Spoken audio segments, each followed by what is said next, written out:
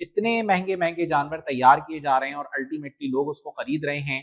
तो कुर्बानी के लिए जो है, जो अमूमी तौर पे जानवर की सिलेक्शन हो वो इस वेट के साथ हो जो कि खाने के जो है वो इस्तेमाल के काबिल जो है वो होना चाहिए है। जो अमूमी तौर पे जानवर की टेंडेंसी के हिसाब से 3 से 4 मन का जानवर मैक्सिमम, वरना 2-2.5 मन का जानवर भी जो है वो अच्छा काउंट होता है। जानवर खरीदते हुए एक तो आपने वजन का ख्याल रख लिया, दूसरा सबसे अहम ये है कि उसमें बीमारियां ना हो। मसलन एक लंपी की डिजीज है जो स्किन के ऊपर आ रही होती है, तो उस पर स्किन के ऊपर जो है वो फोड़े से नजर आने शुरू हो जाते हैं, या उसकी स्किन के ऊपर मुख्तलिफ किस्म के रैश या कट्स के जो है वो साइंस होते हैं।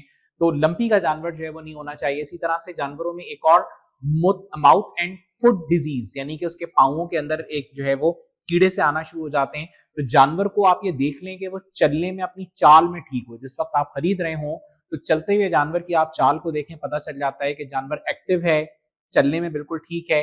इसी तरह से जानवर जो है उसको दांत चेक करने के लिए जब उसका मुंह देखें तो कम से कम रोशनी में देखते हुए आप ये देख सकते हैं कि उसके अंदर कुछ छाले वगैरह तो नहीं है। जानवर जुगाली करता हुआ जो है वो मौजूद हो, खा पी रहा हो, तो इस किस्म का जानवर हेल्दी जानवर के तौर पे जो है वो सामने आ रहा हो।